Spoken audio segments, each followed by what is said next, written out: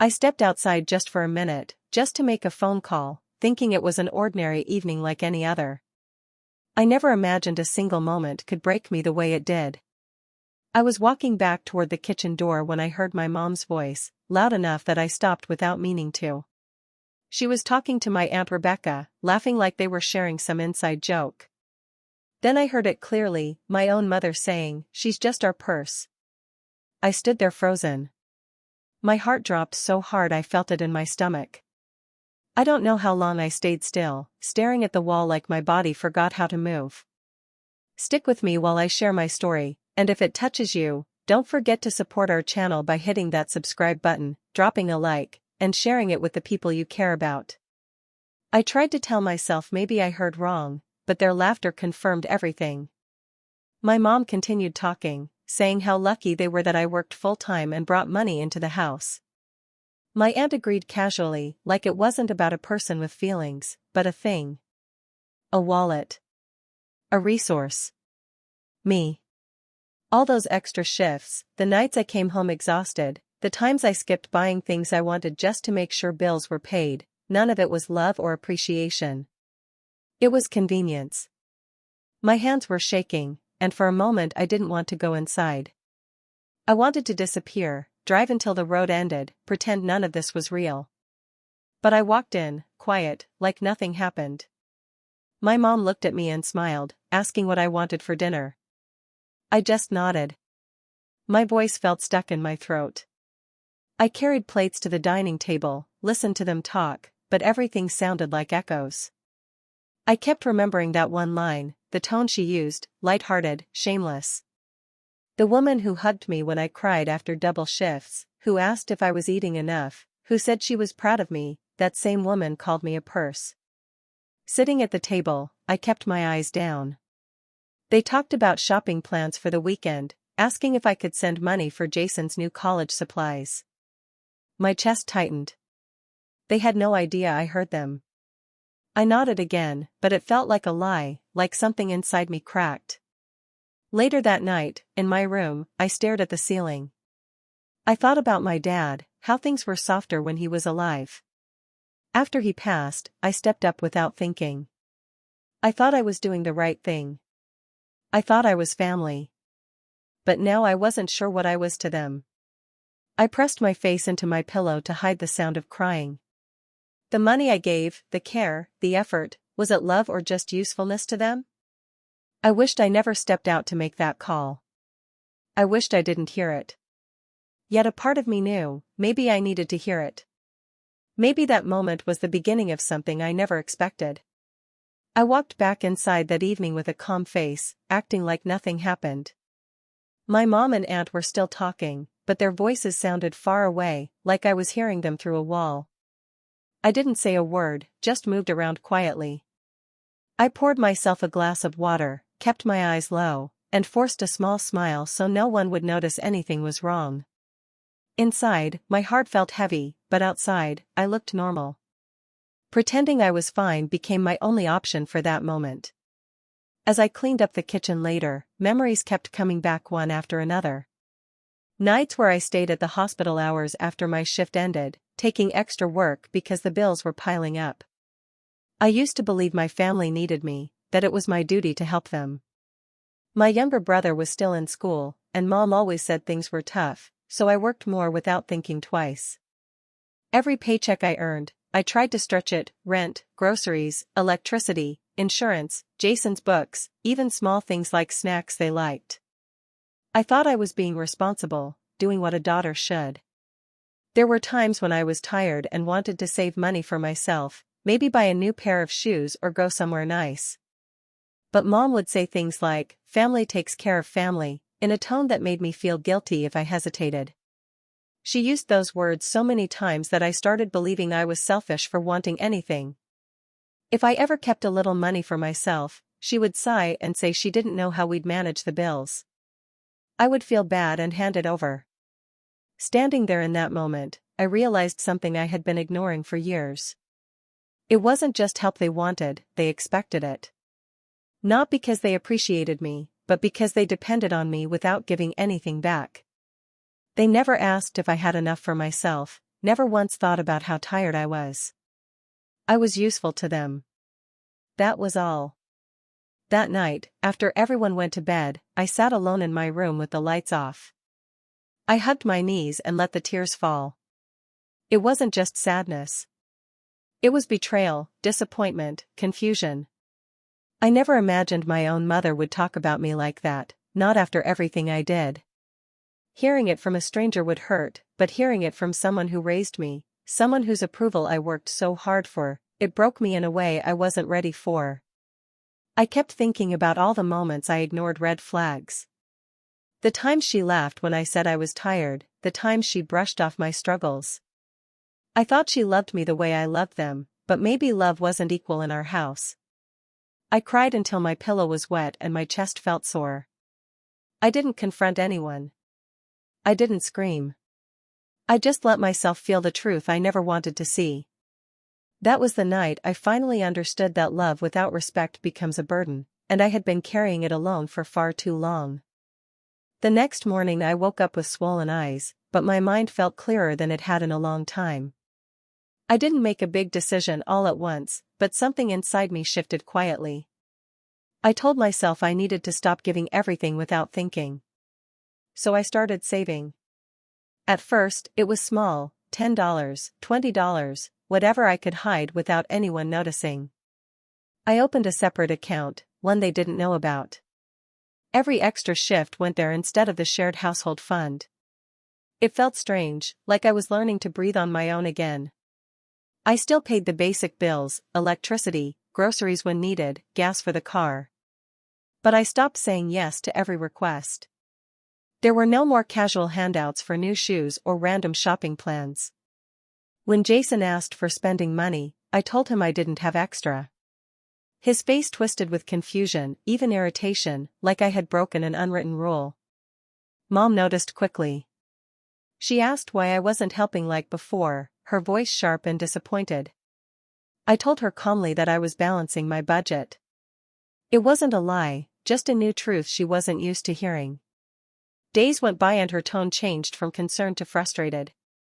One evening, while I was making dinner, she stood behind me with her arms crossed and said, "You're forgetting who raised you." She said it like I owed her my whole life, like being her daughter meant I could never think of myself. I looked at her for a moment, wanting to break down again, but something held me still. I just nodded lightly and continued chopping vegetables. I didn't argue or defend myself. I didn't explain what I heard that night. I simply kept quiet. The distance between us grew, not loudly, but slowly, like a room filling with smoke. I wasn't angry, I was done feeling guilty. Whenever she tried to guilt-trip me, I answered politely and went to my room. I stopped spending evenings in the living room, stopped joining every conversation. I started reading more, scrolling through rental websites, checking listings around Cincinnati. I knew I needed my own space. A place where my money, time, and effort weren't measured by how useful I was to someone else. Late at night, I would sit on the edge of my bed and imagine what it would feel like to live alone.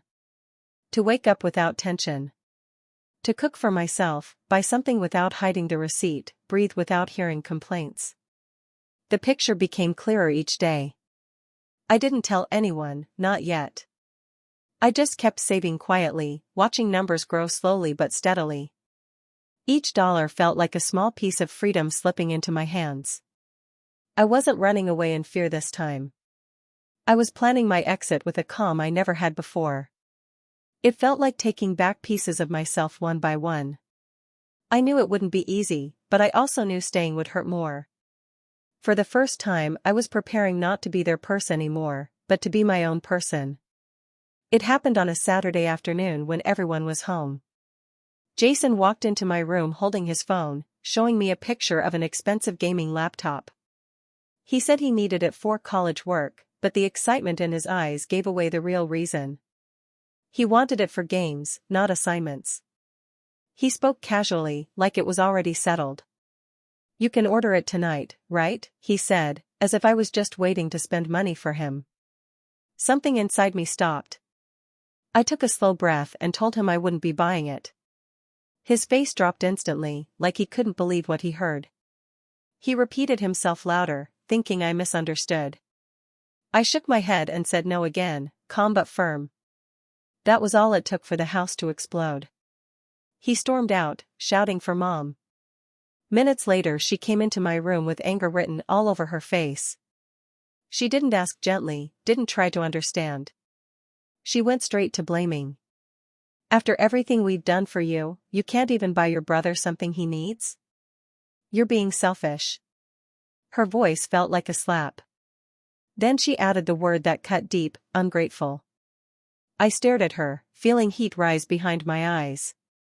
I wanted to be respectful, but the pain that had been building for months finally pushed through. The words came out before I could hold them in. I'm not your bank. The silence that followed was cold. Mom's eyes widened like she'd never heard me defend myself. For the first time I didn't fold or apologize. I just stood there, breathing hard, waiting for her response. She started yelling about responsibility, about how family is supposed to share everything. Jason joined in from the hallway, complaining that I ruined his plans. Neither of them asked if I could afford it. Neither asked how many extra hours I already worked or what I wanted. Their voices overlapped, throwing blame like darts. The more they talked, the clearer it became, I was only valuable when I was giving. I didn't scream back. I didn't cry. I felt strangely calm, like a door had closed inside me. I let them speak until they ran out of words. Then I walked to the kitchen, grabbed a glass of water, and sat quietly while they argued in the background. Their anger no longer shook me like before. It felt distant, like I was watching a movie instead of living it. Later that night, while the house was finally quiet, I lay in bed staring at the ceiling. The decision formed clearly in my mind with no hesitation. I was done asking for respect. I was done begging to be treated like family instead of a wallet. I would leave, not with drama or screaming, but silently, in a way they never expected. My exit would not be loud. It would be felt. After that argument, I knew what I needed to do. I didn't announce anything or drop hints. I just started looking for apartments near the hospital where I worked in Cincinnati. Every break at work, I scrolled through listings quietly, reading reviews, checking rent, thinking about commute time. Most places were too pricey or too far, but I kept searching patiently. Weeks passed, and one day I found a one-bedroom apartment that wasn't fancy, but it looked clean, bright, and peaceful. The rent was manageable, and the neighborhood seemed quiet. Something about it felt right, like a place where I could breathe again. I saved every dollar I could, skipping takeout, ignoring sales, eating simple meals. When I finally had enough for the deposit, I took a day off work and signed the lease alone. No family member knew where I went. The moment I held the keys in my hand, my throat tightened. It wasn't just metal, it was freedom. I put the keys in my pocket and drove back home like nothing had changed, but my heart felt lighter than it had in months. From that day forward, I began packing slowly. A few clothes first, then books, personal items, makeup, little things that wouldn't be noticed. I used old grocery bags instead of suitcases so the packing looked like laundry.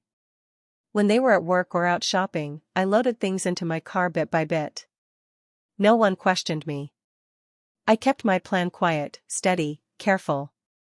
I wanted to leave without another fight, without more pain. I wanted silence to be my final answer to everything they took for granted. At the same time, I began removing myself from the bills one by one. I called the electric company and changed the account back into my mother's name. I canceled the automatic payments I controlled, the ones I had set up years earlier thinking I was helping. Internet, phone plan, car insurance tied to the household, each service I moved away felt like another step out of the chains I didn't realize I wore. No announcements. Just quiet changes. I wasn't trying to punish them, I was just giving back what was theirs to handle. In the evenings, I still acted normal. I cooked dinner sometimes, talked when spoken to, went to work early like usual. They thought everything was back to routine. They had no idea I was days away from being gone. At night, I sat in my room folding clothes and placing them in boxes hidden inside the closet, counting how many trips it might take to move everything. It felt strange, sad, but freeing. I wasn't running out of fear anymore. I was walking toward a new life. Soon, there would be no bills paid by me, no extra money handed out.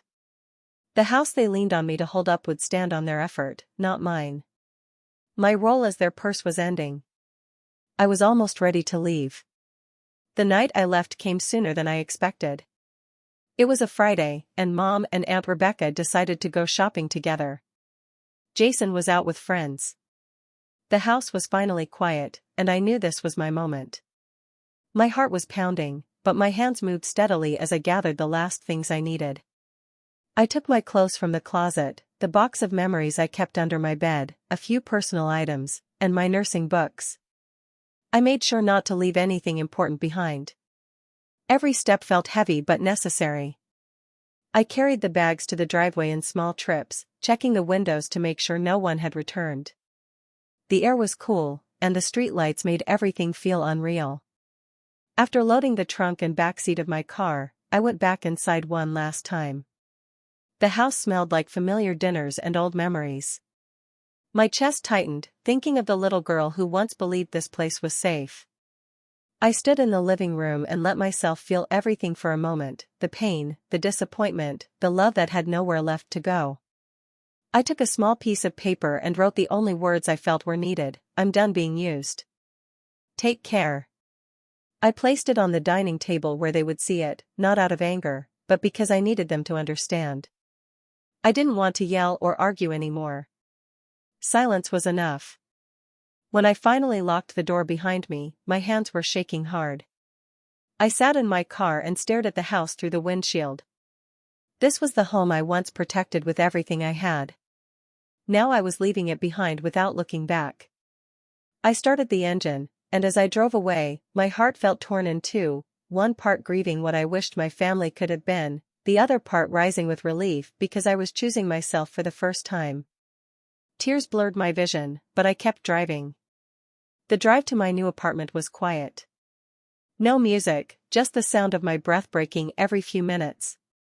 When I reached the building and carried my things inside, the space looked small and empty compared to the chaos I had lived in. There was no furniture yet, just my mattress on the floor and boxes stacked near the wall. Still, it felt peaceful. It felt mine. I sat on the bare mattress and cried, deep, messy tears that came from every place in me that had been silent for years. I cried for what I gave, for what I lost, and for what I finally took back. But between the sobs, I felt something new: freedom. I curled up with a blanket, listening to the quiet hum of the city through the window. No voices demanding anything, no guilt pressing on my chest. It was the first night I slept alone, and even though my heart ached, I felt like I could finally breathe. The first week in my new apartment was quiet. I bought a small table, a coffee mug, and a lamp, just the basics. I went to work like normal, trying to settle into my routine. But at home, I wondered how things were going back at the old house. I didn't have to wait long to find out. A few days later, the bills started reaching them. The electricity bill came first, my name was no longer on the account. Then the internet, then the car insurance. Everything they expected me to handle was suddenly their responsibility. I could imagine the confusion when they saw the amounts. I knew they relied on my income for most of it, and now they had to face the reality I carried alone for years. A part of me felt bad, but another part whispered that this was how boundaries worked. I wasn't punishing them. I was letting them manage what was theirs. One afternoon at the hospital, while I was finishing charting patient notes, I heard raised voices in the lobby. When I looked up, my mother was standing there, angry and red-faced. She demanded to speak to me, loud enough that everyone nearby could hear. My heart sank. I wasn't expecting her to show up like this. She marched toward me, ignoring the receptionist's attempts to stop her, and said I needed to come home and clear the bills. Her voice echoed through the hall, accusing me of abandoning them, calling me ungrateful again. It was embarrassing, painful, and surreal. I took a slow breath and kept my voice calm. I told her clearly that I wasn't responsible for those bills anymore. She said I owed them after everything they had done for me growing up. I repeated myself, steady but firm, I'm no longer responsible for your bills. My voice didn't shake this time. I didn't cry. I just stood there, holding my ground. She kept yelling, trying to make me look guilty in front of everyone. But I didn't argue. I didn't shout. The hospital security came over and kindly asked her to leave. She refused at first, demanding I listen to her. They escorted her out gently but firmly. Watching her walk away like that hurt more than I expected. My hands trembled after she was gone. I went to the staff restroom, locked the door, and sat on the floor trying to breathe. It was the toughest moment since I left. That night, I realized I needed help to heal from the emotional hold my family had on me. I found a therapist near my apartment and booked a session. The first meeting was hard. I had to talk about things I kept buried for years. But saying them out loud felt like opening windows in a room that had been closed too long. Therapy became a place where I could talk freely, learn about boundaries, and understand why I felt guilty for choosing myself. It didn't fix everything overnight, but each session helped me stand a little straighter. I was finally learning how to heal, not just survive. Living alone slowly started to feel easier. At first, the silence felt unfamiliar, but soon it became something I appreciated. I began cooking meals for myself, decorating the apartment piece by piece, and choosing things based on what I liked, not what someone else needed. I started joining coworkers for coffee after shifts, something I never had time for before. We laughed, shared stories, and little by little, I began to feel like I belonged somewhere new. With more mental space, I applied for a training program at the hospital that I had always wanted to take but never could because I was too busy working overtime for bills. I completed the training with focus and energy I didn't know I had. A few months later, I got promoted. The raise wasn't massive, but it was enough to make life more comfortable. When my manager congratulated me, I felt something warm in my chest, not pride from others, but pride in myself. It felt like proof that stepping away had been the right choice. Around that time, I grew close to one of my coworkers, Daniel. He wasn't loud or flashy. He was gentle, the kind of person who listened more than he talked. We had lunch together sometimes, and he never made me feel like I was expected to give more than I could. It wasn't romantic right away. It was slow, steady friendship. He asked how I was doing without prying, and when I told him about moving out, he didn't judge. He just said he was glad I chose peace. His calm presence felt like fresh air. Meanwhile, messages from my mom came often. At first, they were angry, demanding I return or send money. When I didn't respond, the tone changed. She sent long texts saying family should stick together, that I was breaking her heart, that I forgot who loved me. Before, those words would have pulled me back with guilt. But now, they felt like old chains I no longer wore. I read them, sighed, and put my phone down. I didn't reply every time. Sometimes I didn't reply at all. I had nothing left to give her except distance. Therapy helped me understand something I had ignored my whole life: love without respect doesn't feel like love. It feels like a slow drain, like giving pieces of yourself until nothing is left. My family loved what I provided, not who I was. Accepting that hurt deeply, but it also freed me. I didn't hate them. I just learned to choose myself first. My life still had ups and downs, but now they were mine, not controlled by someone else's demands. I woke up each morning with peace instead of pressure. I started feeling like a person with worth beyond what I could give financially. I was growing, not just living day by day. For the first time ever, I realized I deserved respect, care, and kindness, not as payment for sacrifices, but because I was human. Emily continued living her life quietly, focused on her work and her own peace. She kept her head down, did her tasks, and didn't involve herself in their matters anymore. Months passed, and she started hearing things through neighbors and distant relatives. The situation in Linda's home was slowly falling apart. Jason had recently lost his part-time job. He used to believe life was easy, that things would always come to him without effort. But now, he couldn't keep up with the expenses he was used to. His lifestyle demanded money he no longer had. The weekly outings he loved, the gadgets he wanted, the casual spending, none of it was possible anymore. Bills began to stack up on their kitchen counter. Electricity, water, student payments, groceries, every envelope carried pressure. Linda, who once felt powerful and untouchable, now spent her days making calls to relatives, asking for financial help. The same relatives she used to brag in front of, now avoided her calls. Everyone had grown tired of her demands and superiority. She had always taken things without thinking about others' struggles. No one wanted to rescue her this time, and she could feel the shame pressing her chest every time she dialed a number and got excuses in return.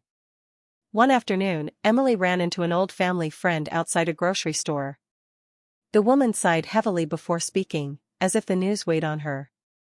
She told Emily that Linda and her family might lose the house if things continue like this.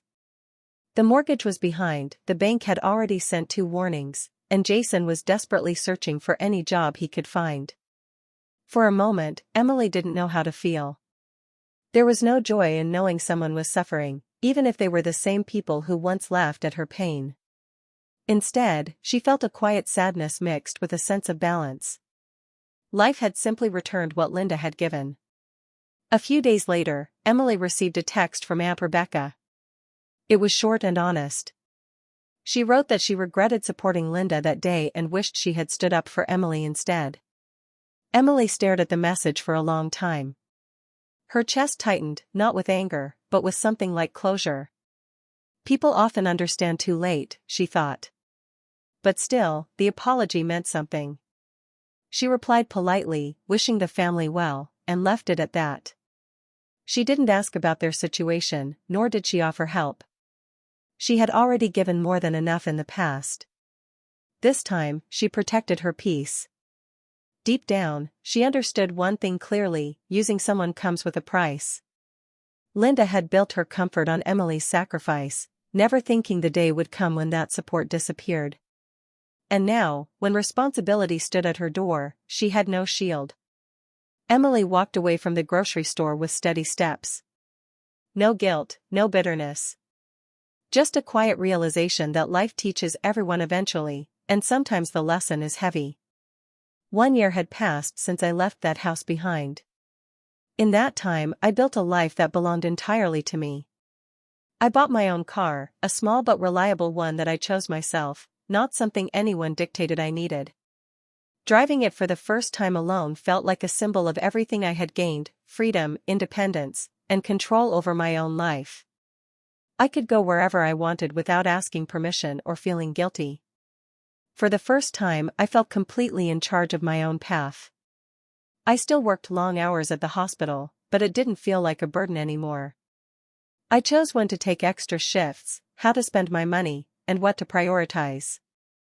My apartment had grown warm and comfortable, filled with little touches I loved: plants, photos, books, and cozy blankets.